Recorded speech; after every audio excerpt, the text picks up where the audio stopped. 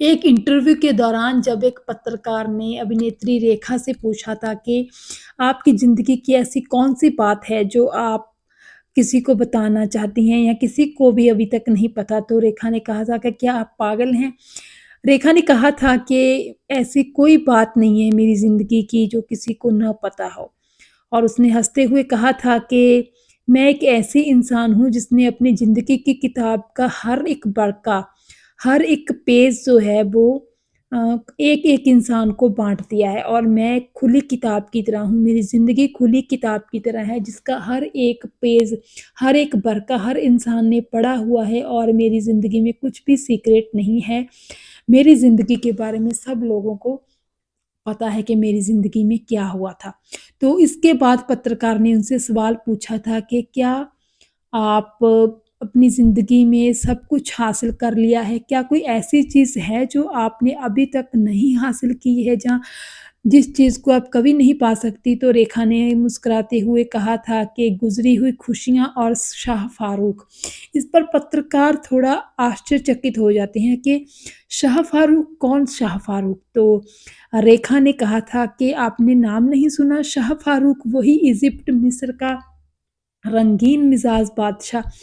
तो इस पर रेखा ने आगे विस्तार में बताते हुए कहा था कि मैंने उसके बारे में शाह फारूक के बारे में जितना भी पढ़ा है, जितनी भी उनकी तस्वीरें देखी हैं, मुझे लगता है कि शाह फारूक जो हैं जो थे वो मेरे सबसे बेहतर प्रेमी होते, उनका मेरे साथ सबसे बेहतर संबंध होता।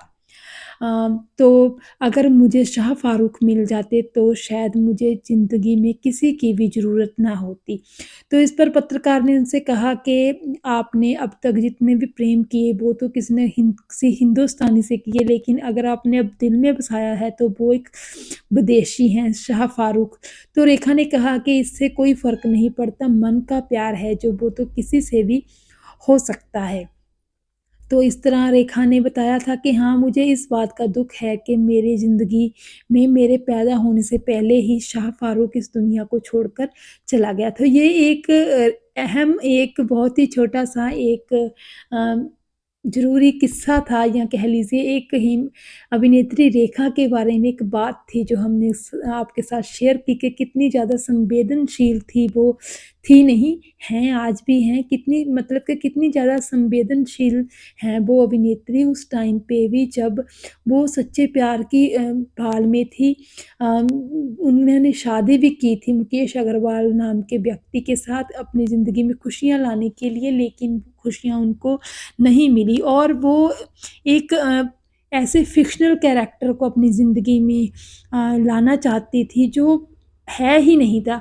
दुनिया में उसका कोई नामो-निशान ही नहीं था। वो उनसे पहले ही इस दुनिया से जा चुका था लेकिन वो अपने सपनों में उस इंसान को बसाए हुए थी और उनको लगता था कि कैसे अगर वो इंसान दुनिया में होता तो शायद उनकी एक परफ़ेक्ट ज़िंदगी होती।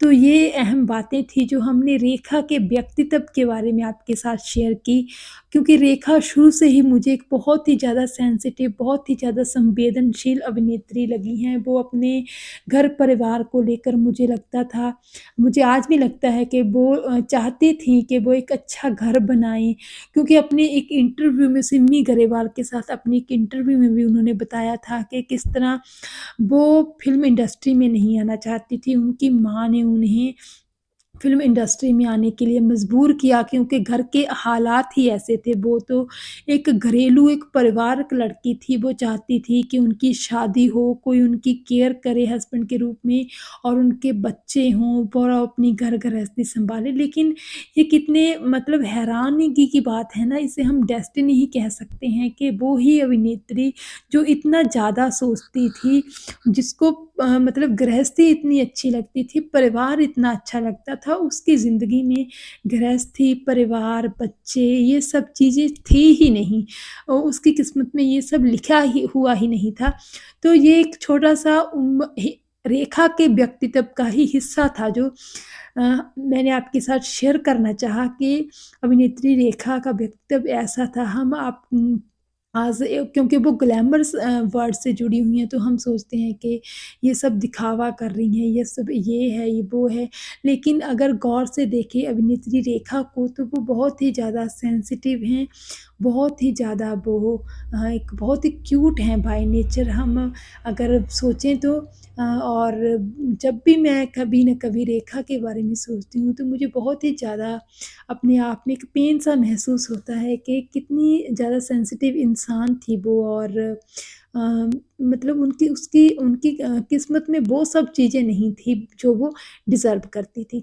और ये सिर्फ़ रेखा ही नहीं, बहुत सारी अभिनेत्रियों का ये एक दुखद सच है फ़िल्म इंडस्ट्री का कि यहाँ पे लोग जो हैं लाइमलाइट में रहते हैं, उनको बहुत खुशियाँ मिलती हैं, बहुत ज़्यादा कमर्शियल सक्सेस मिलती है, लेकिन कहीं न कहीं एक अकेलापन होता है, वो भी उन्हें ज़रूर मिलता है।